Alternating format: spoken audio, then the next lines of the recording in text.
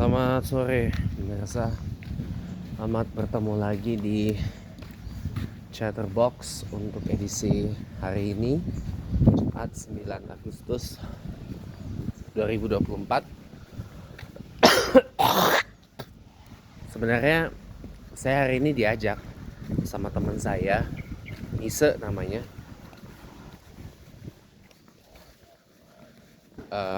untuk nemenin doi ikut bazar. Kan dia punya kopi tujuan yang pernah saya muat tuh di YouTube saya. Nah itu hari ini lagi ikut bazar di sana, jauh di Bekasi, di lapangan multiguna. Pikir saya tuh berangkatnya kalau jam 9 oke lah, atau habis Jumatan oke lah gitu kan, karena kan dia bilang acara jam 3. Tahunnya enggak lah, saya bisa ikut kalau berangkatnya itu agak siang, jam 9-an atau jam habis Jumatan gitu kan, semakin siang oke lah gitu kan, habis makan siang gitu, oke kan gitu. Nah kalau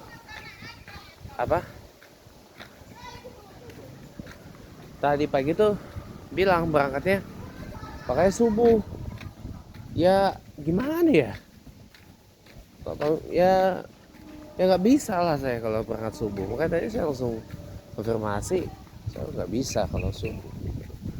Nah, saya paling nggak bisa kalau tinggal sholat subuh gitu loh, karena sungguhnya sholat subuh itu disaksikan malaikat. Makanya saya jadi nggak ikut, dan jadilah saya udah di rumah aja gitu.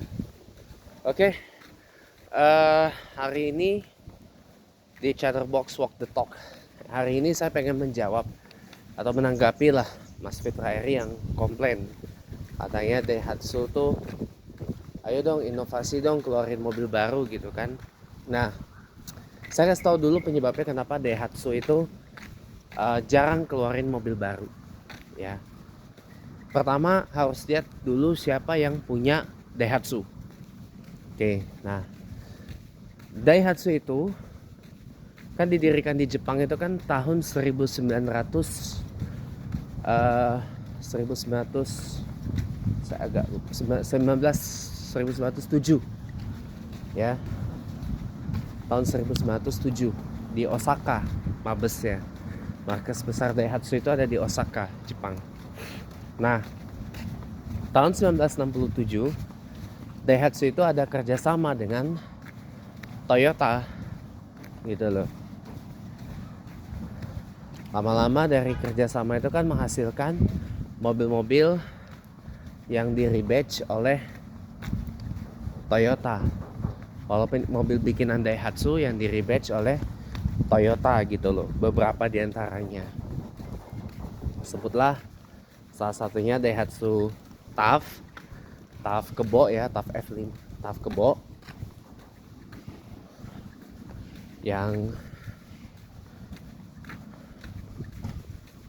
yang diesel F50 itu di rebadge oleh Toyota sebagai Toyota Blizzard. Lalu kemudian generasi keduanya Toyota Blizzard itu adalah rebadge dari Daihatsu Rager, atau kalau di sini namanya Daihatsu TAF GT, teman-teman. Nah beda dengan TAF GT, Toyota Blizzard itu hanya bertahan 10 tahun, dari tahun 80 sampai tahun 90. Kalau TAF GT itu berhenti produksi sampai tahun 2007.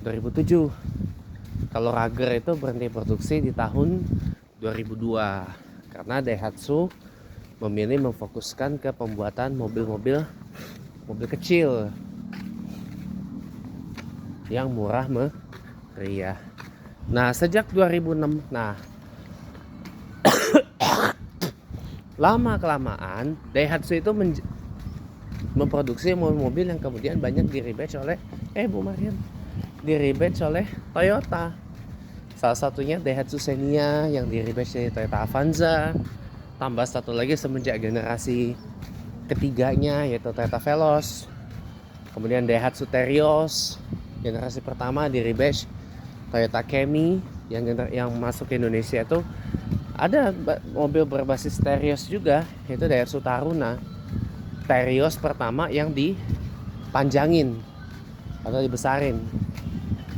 Nah, Terios generasi kedua kan masuk ke Indonesia itu kan tahun 2006, menggantikan Daihatsu Taruna yang diproduksi dari tahun 98 sampai 2005, ya toh. Nah, Daihatsu Terios Gen 2 itu ada dari tahun 2006 masuk ke Indonesia. Toyotanya ada, namanya Toyota Rush. Ini ada musik lagu Batak ya, Sinanggar Tulo Tulo. Mudah-mudahan gak kena copyright ya, amin. Mudah-mudahan gak kena copyright. Mudah-mudahan gak kena copyright. Mudah-mudahan gak kena copyright ya. Soalnya kalau kena copyright repot. Mudah-mudahan kalau udah kena copyright repot nanti. Oke, lanjut lagi ya. Nah, jadi di generasi keduanya Terios itu Toyotanya rebadge lagi, namanya Rush. Rush yang pendek, yang bantet ya, yang menggantikan Camry, maupun Rush yang panjang yang ada di sini di Indonesia. Gitu. Kalau Daihatsu-nya di mana-mana ya Terios gitu. Dan itu berlanjut sampai Terios generasi ketiga.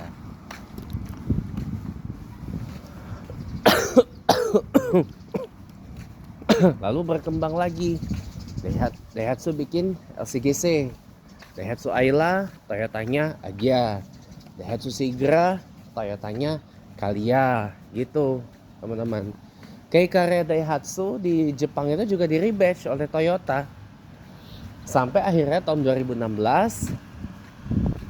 Daihatsu itu menjadi 100% milik Toyota.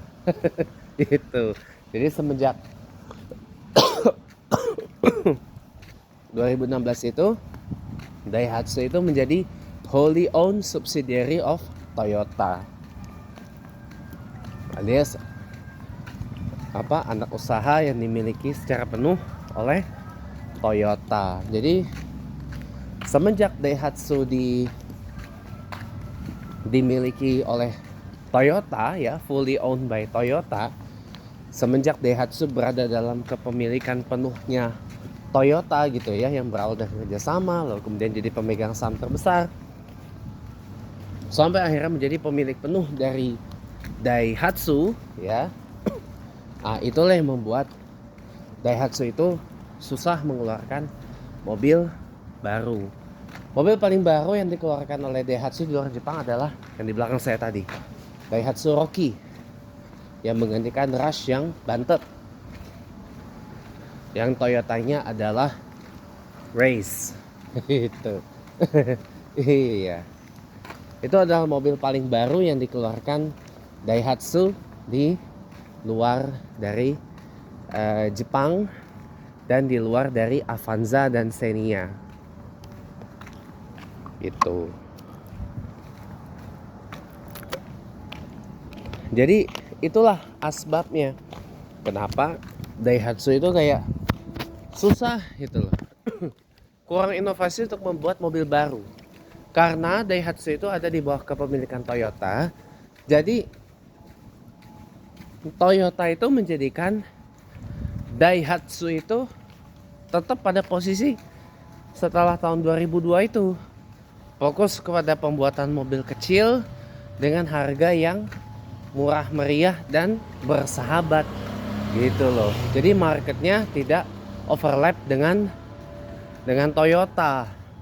Itu yang menjadi penyebab kenapa Daihatsu itu boleh dibilang agak jarang mengeluarkan mobil baru, kecuali kalau sudah di ACC oleh Toyota gitu loh. Nah, karena Daihatsu sendiri juga nggak mau mengganggu pasarnya mobil Toyota gitu guys. Iya. Tapi ada yang unik.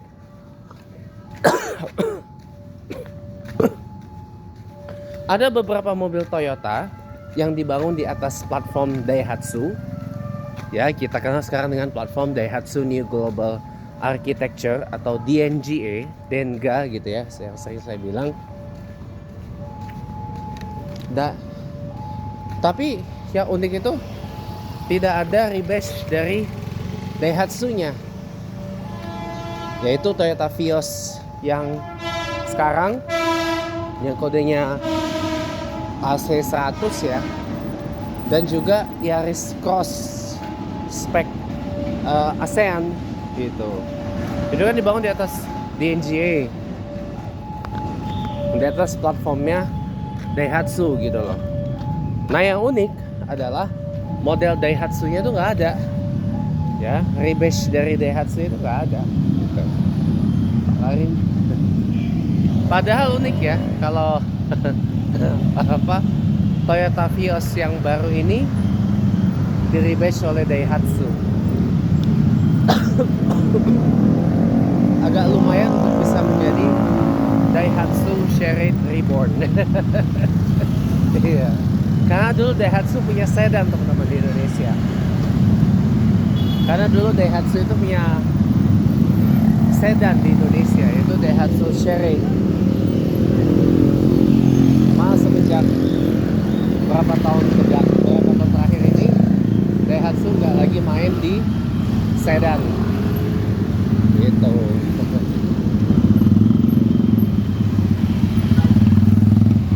Oke. Nah, jadi agak lumayan gitu loh kalau Daihatsu bisa merebase Vios itu menjadi Charade Reborn. Tapi sayangnya Daihatsu memilih nggak melakukan. Jadi merelakan platformnya dipakai untuk membuat Vios, atau di Thailand namanya Yaris Active. Karena Vios yang sekarang ini tidak lagi di assemble, tidak lagi dirakit di Indonesia, tapi statusnya impor utuh atau CBU dari Thailand. Nah, gitu. Tapi jujur ya, saya melihat Vios yang sekarang, yang saya juluki Vios DNGA atau Vios Denga itu ya, itu tuh adalah sebuah Daihatsu yang enak gitu. Selain Yaris Cross, adalah sebuah Daihatsu yang enak banget gitu loh. Dan kalau dari bahasa desainnya, itu adalah sebuah Avanza sedan. Karena depannya mirip banget dengan Avanza. Jujur, depannya mirip banget dengan yang namanya Avanza. Tuh di depan ada mobilnya, Transmover. Ya, mirip banget depannya itu sama Avanza. Makanya essentially Vios DNG itu adalah Avanza sedan. Itu. Kalau versi SUV-nya, jawabannya adalah race. Gitu, versi hatchbacknya. Kalau Yaris Cross itu adalah sebuah Veloz yang dibikin hatchback. Gitu. Itu benar-benar sebuah mobil Daihatsu yang enak loh. Walaupun ini ada sebuah Toyota. Ya, jadi Daihatsu susah keluarin mobil baru karena lihat dulu kepemilikannya. Daihatsu itu sejak 2016 adalah dimiliki secara penuh oleh yang namanya Toyota. Itu satu. Yang kedua, market, pasar. Iya, Daihatsu itu pasarnya sekarang terbatas. Kalau dulu kan Daihatsu itu kan di Eropa main, di Australia main, di New Zealand main, dan di sebagian besar Asia itu Daihatsu main. Nah, sekarang ini semenjak berapa tahun terakhir ini, pasar Daihatsu itu jadi terbatas. Daihatsu itu jadi terbatas, marketnya hanya di 3 negara: Jepang, Malaysia, dan Indonesia.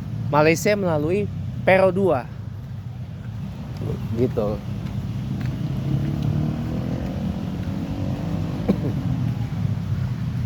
Kalau yang benar-benar menggunakan nama Daihatsu itu hanya di Jepang dan di Indonesia gitu. Selebihnya Daihatsu itu menggunakan nama Toyota di luar dari 3 itu. Anda kalau mau tahu, saya kasih tahu ya, yang namanya Daihatsu Grand Max itu, ya, itu bukan hanya diekspor ke Jepang aja. Awalnya itu sebagai Toyota Light Ace dan Town Ace. Sebelum akhirnya tahun 2020 Toyota Light Ace itu dirungkatkan, didiscontinue, dan diganti langsung oleh Daihatsu Grand Max yang JDM.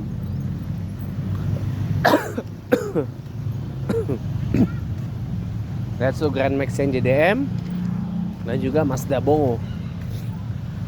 Ya, itu diekspor ke beberapa negara juga ternyata, ke Timur Tengah dan juga ke Philippines. Ke Filipina dan juga ke Thailand sebagai dengan baju Toyota gitu.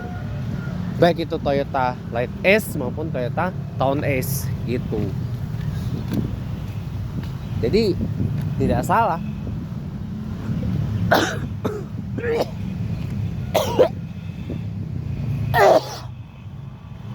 Yang membuat saya kaget adalah ini. Anda kalau tahu mobil ikonik Daihatsu, Copen, Copen ya. Copen ya. Itu ternyata ada Toyotanya. Namanya sama, Toyota Copen, tapi dilengkapin Copen GR Sport. Itu. Jadi ya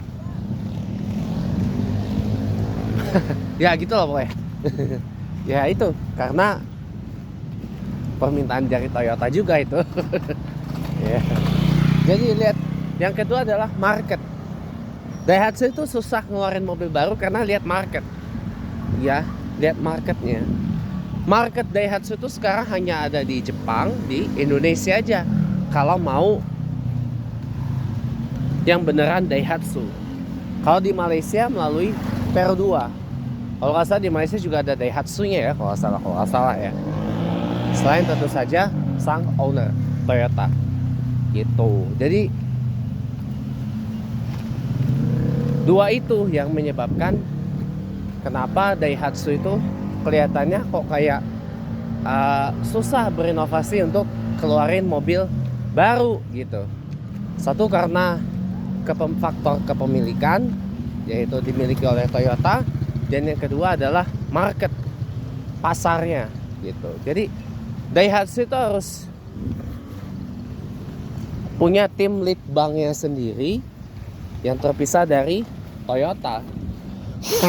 Baru kemudian Daihatsu itu bisa membuat satu mobil yang memang benar-benar baru dan bisa dipasarkan di 3 negara yang ada Daihatsu.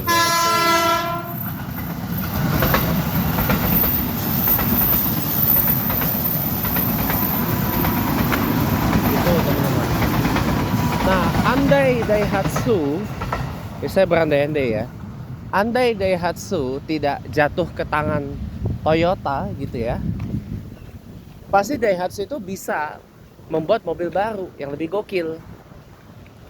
Itu andai.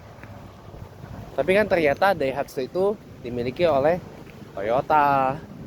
Jadinya ya sulit buat Daihatsu berinovasi mengeluarkan mobil yang fresh gitu. Itu yang paling penting. Jadi itu untuk menjawab Mas Fitrairi, kenapa Daihatsu itu kok kelihatannya susah buat ngeluarin mobil baru gitu. Ya karena satu kepemilikan, yang kedua karena market, pasar. Gitu. Pasarnya Daihatsu, dan di sini pun juga orang jarang ada yang ngelirik mobil Daihatsu. Orang rata-rata langsung lebih memilih Toyotanya ketimbang Daihatsu-nya. Gitu. Dan di sini juga ada beberapa mobil Daihatsu yang menurut saya sudah harus mulai diremajakan. Sudah harus diperbarui dikit lah paling tidak. Tapi lagi dan lagi sama Daihatsu di Indonesia ini berada satu payung dengan Toyota, sama-sama di bawah grup Astra. Grup Astra ini kan sangat menganak-emaskan Toyota gitu ya.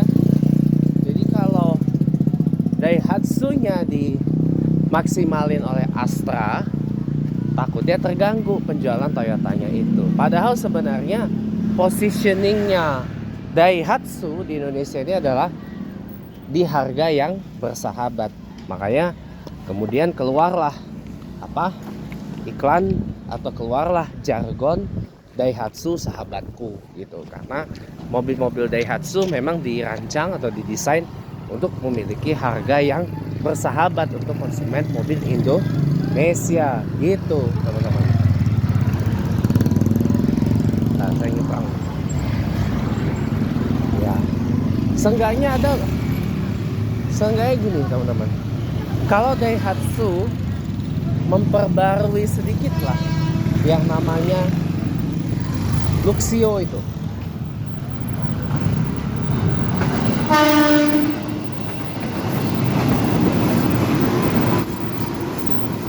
Ya misalkan ini lah,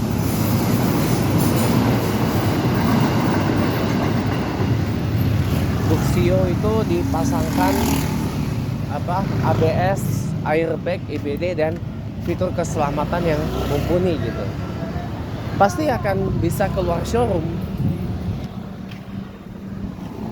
Kalau Luxio, jadi gini teman-teman, penyebab kenapa Daihatsu susah keluarin mobil baru karena kadang-kadang penempatan harganya juga nggak pas. Gini ya, saya contohin aja Daihatsu Luxio yang tinggi ya, harganya itu kalau nambah dikit rupiahnya, nambah 1 digit rupiahnya gitu ya, itu udah bisa dapat Xenia yang baru, Xenia CPR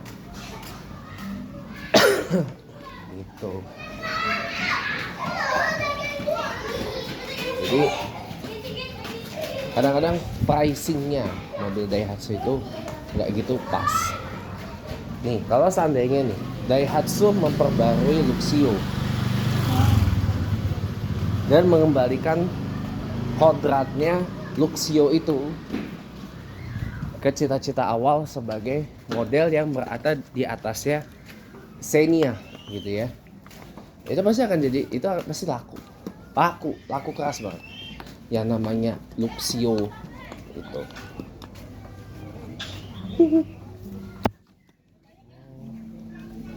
Jadi ya sebelum saya akhiri ya, jadi nanjak aja. Ada sepeda, awas. Jadi kalau yang namanya Luxio benar-benar diperbarui gitu ya, modelnya sesuai dengan cita-cita awal di atas Xenia gitu ya, pasti laku. Seenggaknya ya fitur keselamatannya dibagusin, pakai ADAS gitu ya, seperti Xenia, pasti laku. Mesinnya dibaruin gitu, pasti laku teman-teman, pasti laku itu. Walaupun harganya juga pasti naik, akan selisih, taruhlah selisih 30 sampai 50 juta lebih mahal dari Xenia ya, nggak nyampe angka 400 juta harganya. Itu sih insya Allah lah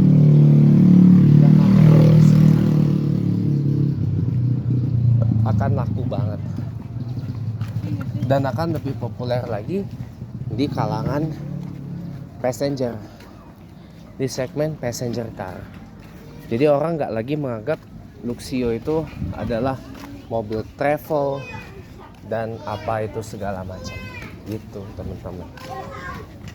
Jadi ya itu sih jawaban dari atau sedikit komentar dari saya mengenai kenapa kok Daihatsu itu susah banget, yang bukan susah ya,